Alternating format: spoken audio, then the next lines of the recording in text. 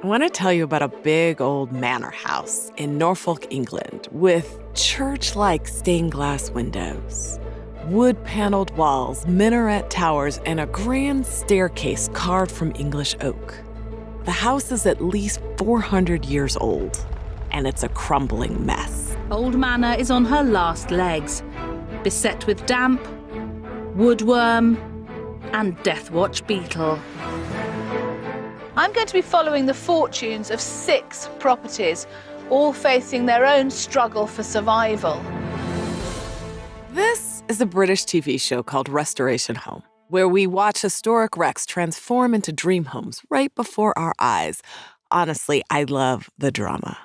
And the problem with this old manor is that the walls are falling apart. Unfortunately, in the 60s, this greyer stuff is the concrete render that the 60s people decided to spoil the house with, which is not allowing the oak beams to breathe. They all got dry rot and woodworm and everything due to the fact that they put this on. The gray stuff is concrete. It's trapping the moisture within the walls, which is causing the original wood to rot. With concrete, big mistake, is like the kiss of death for that building. Nadine Orenstein watches these architecture shows sometimes when she needs to unwind. And yes, there are a bunch of them. She's the curator in charge of the Met's Department of Drawings and Prints.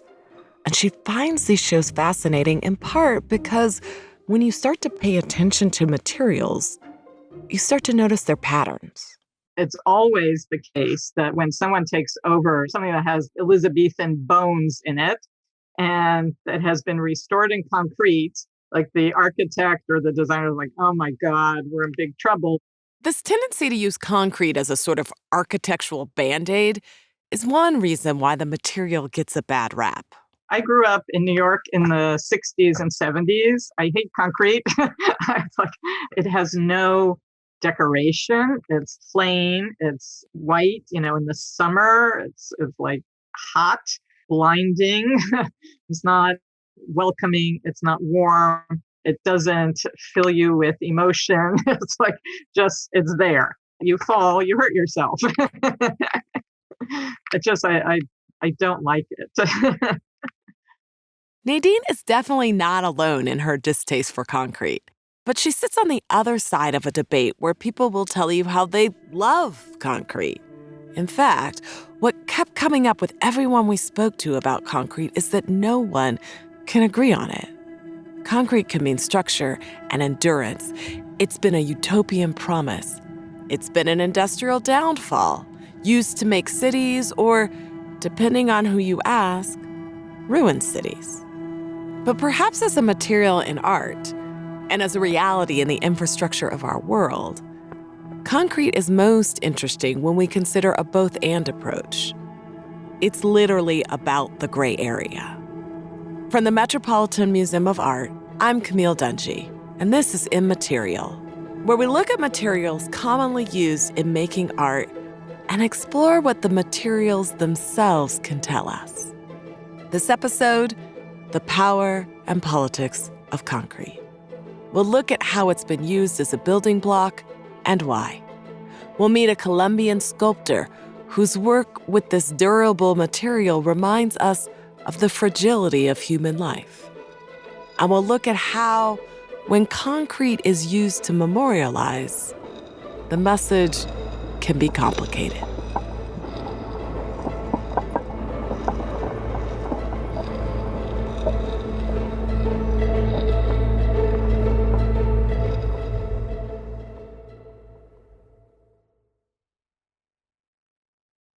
Concrete seems to evoke really strong emotions in people. In the UK, we have this thing called Marmite. Have you heard of Marmite? There's a classic thing that Marmite, either you love it or you hate it. I hate Marmite. I quite like Marmite, but it's very divisive. I'm a Marmite lover. It tastes like bin juice. I hate it! People often talk about, like in any kind of conversation, people will use Marmite as a metaphor for like, oh, it's quite like a Marmite situation, Abraham Thomas frequently eats his Marmite on toast, along with some tea. He's the architecture curator in the Department of Modern and Contemporary Art at the Met. I feel like concrete is like the architectural world's version of Marmite, because people do love it or hate it in a way that doesn't really happen with wood or glass or ceramics or other perhaps socially neutral materials maybe. And I think part of that reason is this extraordinary blending of concrete as this sort of utopian material which held so much promise in terms of building affordable social housing or bold new visions for how we rethink urbanism communities, versus the sort of disappointment and sort of failed dreams of those visions we can't really blame concrete for. People can't even agree on what concrete is. In 1928, architect Frank Lloyd Wright published an essay where he asks, is it stone? Is it plaster? Is it brick or tile? Cast iron? The answer to every question was both yes and no. Poor concrete, he wrote, still looking for its own in the hands of man. The word concrete itself describes the combination of the materials that go into making it, because the materials come together to form something that is concrete, as opposed to something abstract. Identity crisis or not, concrete was the material of choice for Frank Lloyd Wright's series of textile block houses, where he hoped to take what he called the cheapest and ugliest thing in the building world and turn it into something permanent, noble, and beautiful. If you spend enough of your time around concrete architecture or contemporary art that uses concrete, you too may start to notice the material in deeper ways. So if you've got a lot of concrete, it will either retain coolness or emit warmth, and it will accumulate that and hold whichever it is over quite a long period of time. If it's cool, it'll feel colder. If it's warm, it'll probably feel warmer. This is Adrian Forty, a man who spends a lot of time thinking about the many meanings of concrete and teaching them to his architecture students. He likes wrestling with questions like, is concrete even a modern material? Short answer, it's complicated. But that's why Adrian is drawn to concrete. Its contradictions. Because it can be both rough and smooth. It can be like marble, but equally it can be dangerously rough with a risk of injuring yourself on it. It has this extraordinary kind of range, and that idea of smooth and rough actually was, one of the sort of trigger interests of mine in thinking about it, is that it embraced these extremes of sensuous appeal. And equally, that sensuousness can make it both repellent and attractive. In those British Restoration shows, which are by turns goofy and dramatic and informative, we see the ways that concrete can seem like the perfect material to cover up or repair the damage of the past, to build some kind of better future.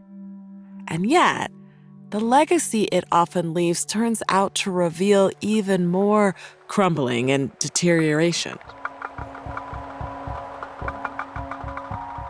The fact that you can look at something that is an everyday material, low, cheap material that we think of as modern, but really as a technology, as a concept, and as a way of making things goes back to the very beginnings of history, technology, building.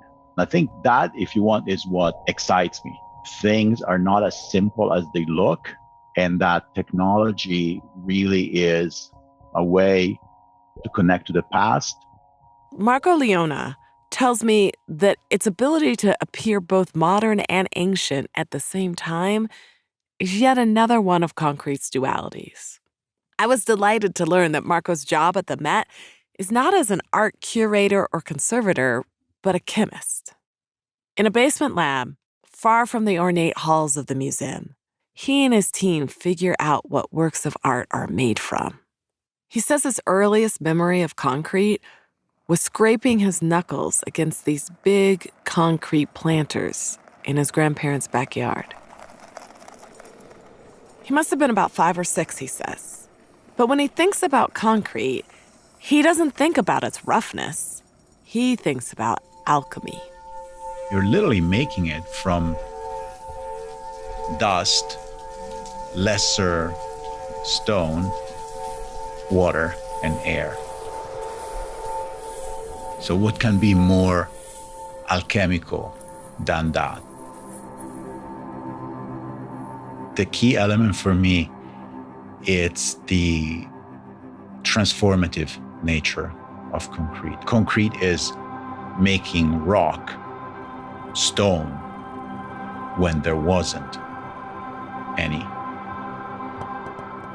Instead of, say, taking a big piece of rock from a quarry and carving it into smaller rocks to build with, Marco says that in some ways, with concrete, you're creating something from nothing. The process for baking bread, something Marco also does, is to combine yeast, water, flour, and salt. Similarly, the ingredients for concrete, at least the ancient original concrete, are water, air, and a rock called pozzolana. And this is how the Romans made it. They used this simple concrete to construct buildings like the Pantheon, whose concrete dome is still standing today, 2,000 years later. But Marco says that the Roman use of concrete is interesting for another reason. Concrete is the tool of the colonizer. You could say, oh, the Romans, empire builders, they built roads, they built monuments. There weren't roads before they arrived.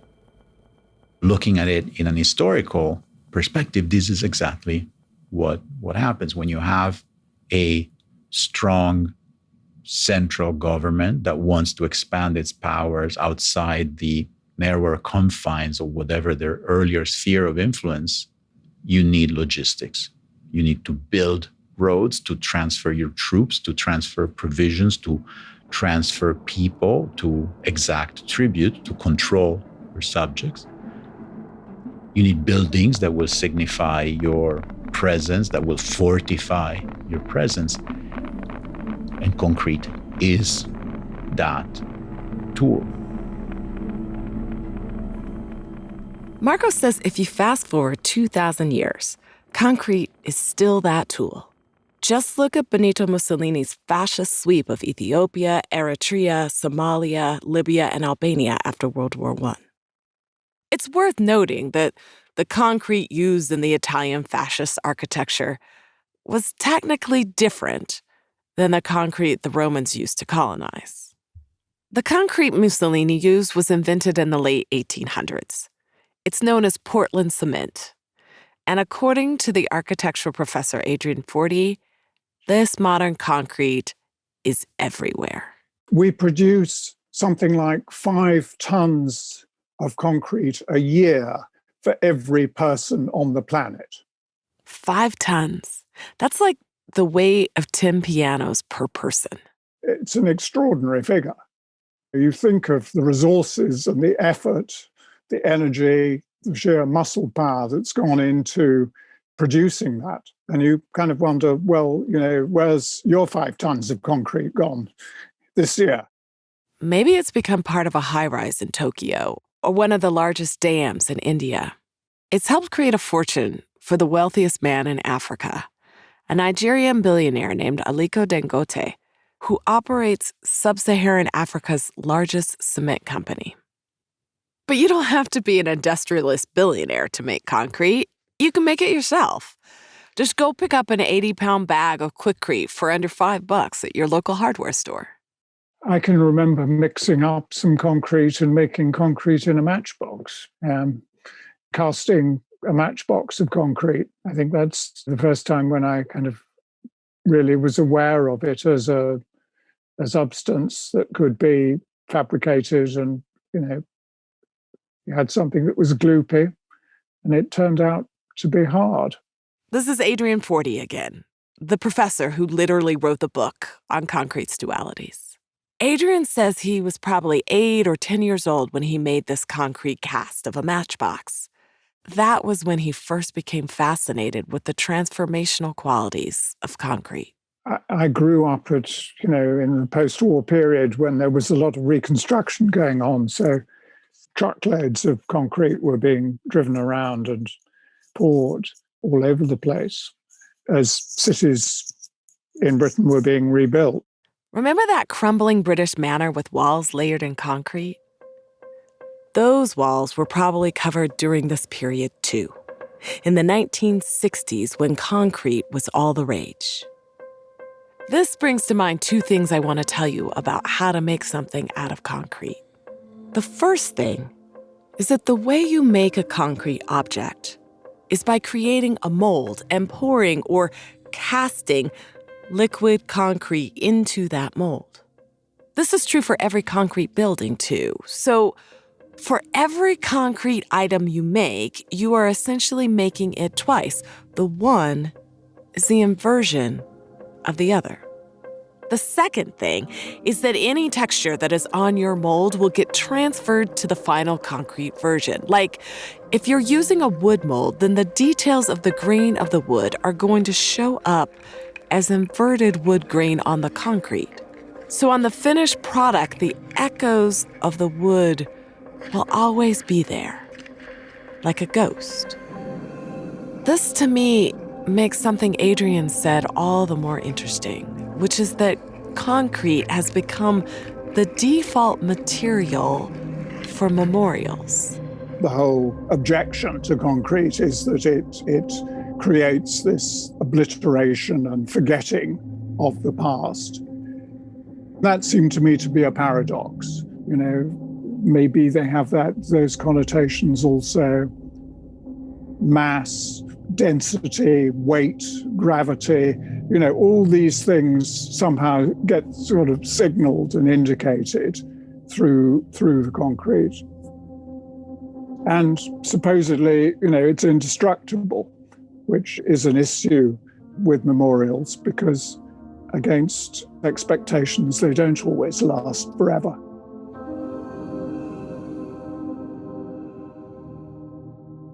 I want to talk about one concrete memorial that is still standing and that Adrian says resonates with him.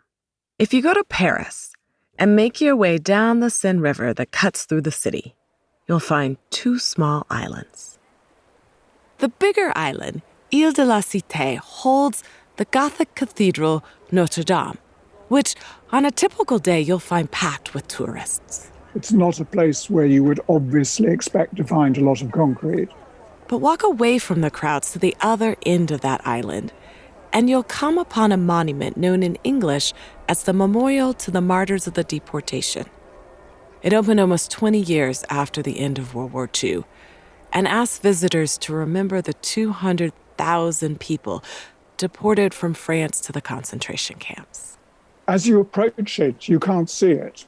You walk away from Notre Dame, it's behind you, you walk I suppose, eastwards towards the tip of the Ile de la Cité. There's a little garden. And then suddenly there's a very steep staircase that drops down into this pit, which is down near the level of the river. But it's completely enclosed in this very beautifully made, seamless concrete. So you leave a green space, and you go into this completely arid space with no vegetation in it, nothing except these concrete surfaces and this small view of the river and the view of the sky above you. So in a sense, it's almost like a moment of sensory deprivation. So you're enclosed in this little space. From there, you can enter what Adrian describes as a cave-like opening between 2 giant blocks of concrete. And inside the cave are thousands of tiny lights, each one representing a lost person.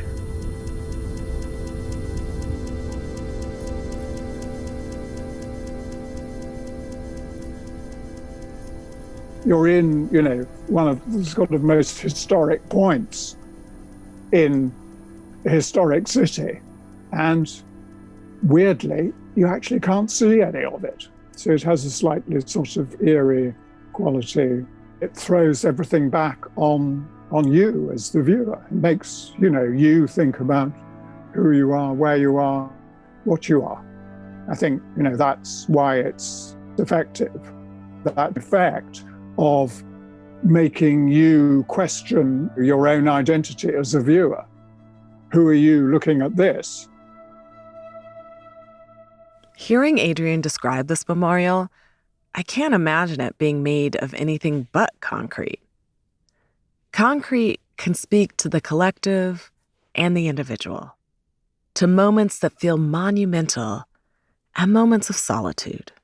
It's a material that's both quiet and substantial enough to hold our grief. But memorials can take many forms, and there's one artist who calls upon the power of concrete to explore mourning, grief, and memory. Her name is Doris Salcedo, and we'll meet her after the break.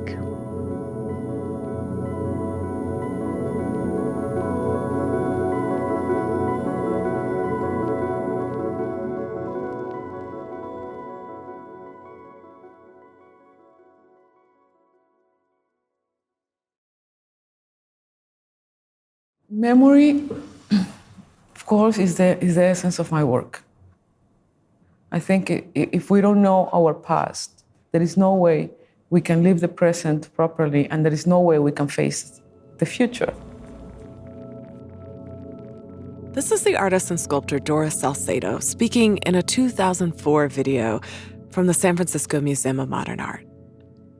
She was born and lives now in Bogota, Colombia, where the past she speaks of includes over 5 decades of conflicts between the government, paramilitary groups, and guerrilla groups that's left millions of people displaced, missing, assaulted, or dead.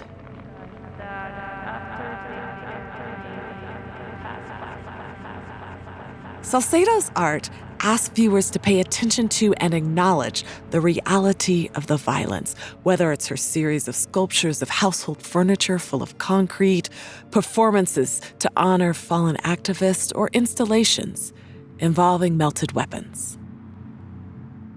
I think she's one of the most fascinating artists living today. Iria Candela, one of the Met's curators of modern and contemporary art, still remembers one of the most striking encounters she had with Salcedo's work. It was 2007, and she was at the Tate Modern, a huge art museum in London that was built in a former power station. And some of that still remains, like the main hall, a vast, echoey, concrete industrial space. It has a way of making you feel tiny when you're inside it. Iria remembers walking in there with its constant din from the thrum of visitors, and she noticed something strange. You would encounter people looking at the floor. I very vividly can recall that image now because it's not usual when you go to a museum that you look at the floor. You will normally look up into the altars, up into the walls, even on the, the ceilings of chapels or beautiful churches, right? But there was no object people were looking at on the concrete floor. Instead, there was an enormous crack down the entire length of the hall, like a giant had carelessly stomped through the space and left destruction in his wake. I felt intrigue. I felt a wonder, and people was also somehow challenged because you have to be careful not to fall within the crack if you weren't paying attention. Salcedo called the piece shibboleth, a reference to a story in the Bible where people were forced to pronounce the word shibboleth, and if they couldn't, they were killed. Shibboleth could mean any word that is used to distinguish who is considered an insider and who is considered an outsider. Another duality, perhaps, that concrete can also reveal, especially when it comes to issues like immigration. The title refers to dying when crosses border, when you are recognized as somebody that is different. You're the other. Iria, the curator, has an additional interpretation of the crack in the concrete floor that is about who is and isn't welcome in the spaces where art is shown. Who belongs in museums and galleries? Who is made to feel welcome? Whose stories are told? And from what vantage point? It was precisely about questioning that sort of void or emptiness, or even the elephant in the room sometimes when we talk about what museums are for, what is the value of art today, how art speaks to us, and how we relate and engage with others through art. Shibboleth was open for 6 months, and afterward the crack was simply filled in with more concrete, leaving a permanent scar on the floor of the museum. Here again is Salcedo, speaking in a 2015 documentary made by the Museum of Contemporary Art in Chicago. Every time a violent event takes place, there is a scar. In this case, I think it's a very important part of the work that this wound remains, this memory of the event remains, because still there are immigrants dying every day. So it is important that the wound remains. Salcedo's work with concrete, as well as her explorations of mourning and grief, began many years before the crack in the floor. Here's Iria again.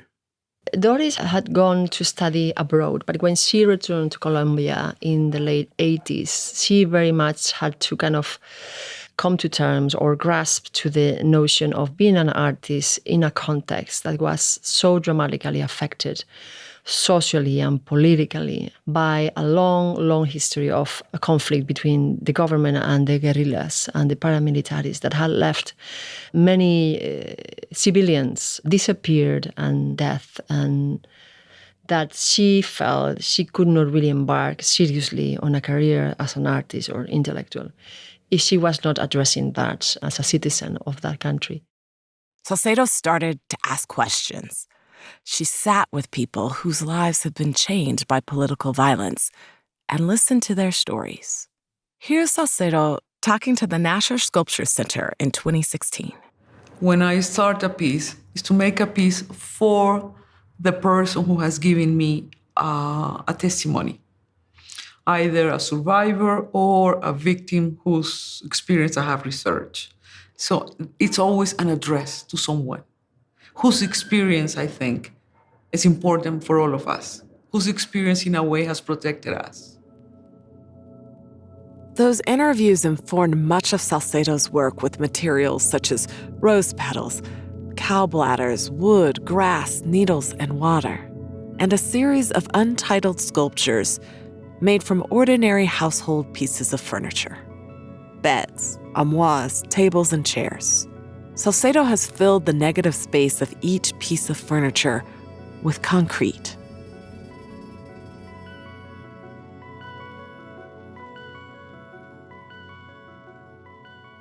On a quiet afternoon, in the middle of a large white gallery whose ceiling full of skylights throws a checkerboard pattern of sun and shadows across the floor, there, surrounded by colorful landscapes and portraits, sits an inauspicious sculpture.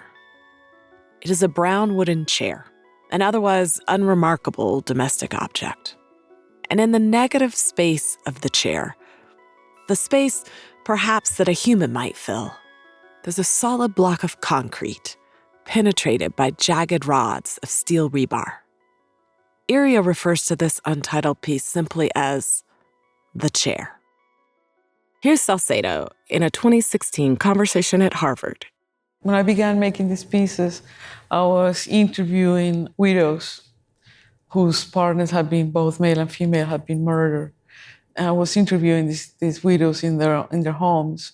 So they were living with the objects that actually belonged to the deceased partner. And so these objects were constantly screaming the absence of that person. So I wanted this huge silence to be present in the work. That's why there are many of these pieces with concrete where the objects are just telling us about this absence.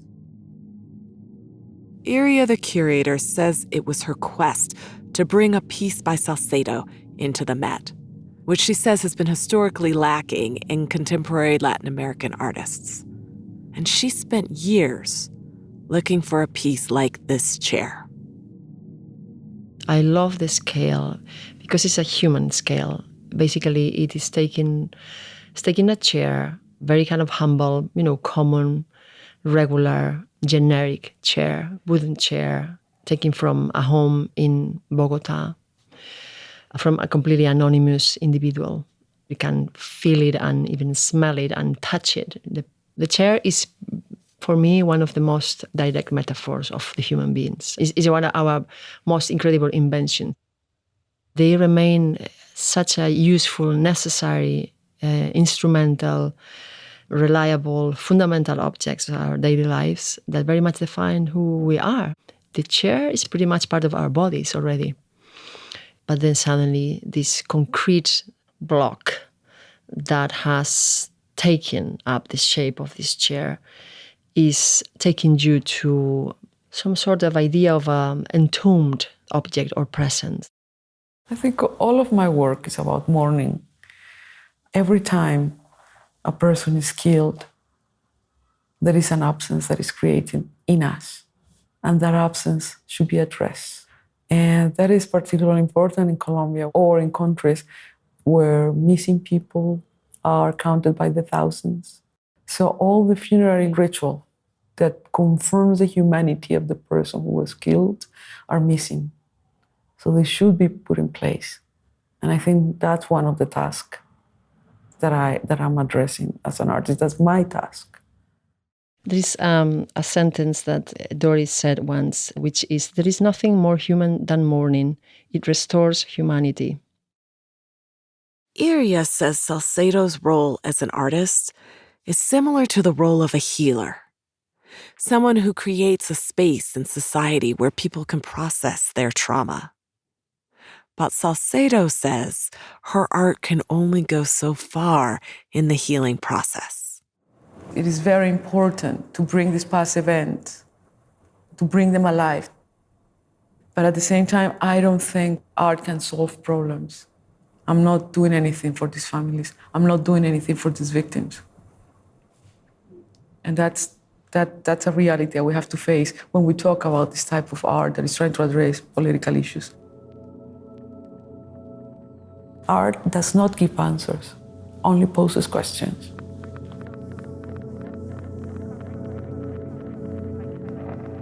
We build memorials, yet they remain an imperfect representation of our pain, even as they allow us to bear witness. Salcedo seems to be bearing witness too. She pushes us to fight back against a collective historical amnesia for which concrete is also partly blamed. In the way people use it to cover nature, to obscure the past, to expand the arm of empire. Maybe it just does both, damage and repair.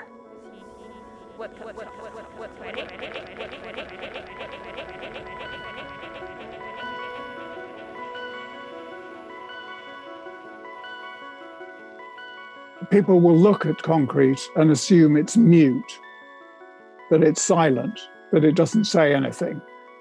I would like people to be able to see it as something that's rich with voices, that it says a lot of things. And those things are contradictory, they're variable, they're not fixed, they change all the time. I'd like to feel that people are attuned to that fluidity, that fragility of meaning that's carried within concrete, and its sort of readiness to communicate in all sorts of different ways all at once. I'm still thinking about that question Adrian asked when we discussed the monument in Paris. The same one Iria implied about looking at the crack in the floor of the museum. Who am I looking at this? Concrete is speaking to us about the ways we develop the world or fight to preserve it. I wonder where my 5 tons of concrete will go this year. Concrete implicates us, while asking us to reflect back on ourselves and the materials we use to build the world around us. So we listen and try and figure out who we are. For the Met, I'm Camille Dungy, and this is Immaterial.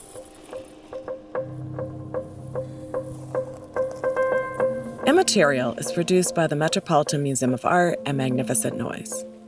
This episode was produced by Eleanor Kagan. Our production staff also includes Jesse Baker, Eric Newsom, Elise Blennerhassett, and Adjoa Jimma Brimpon.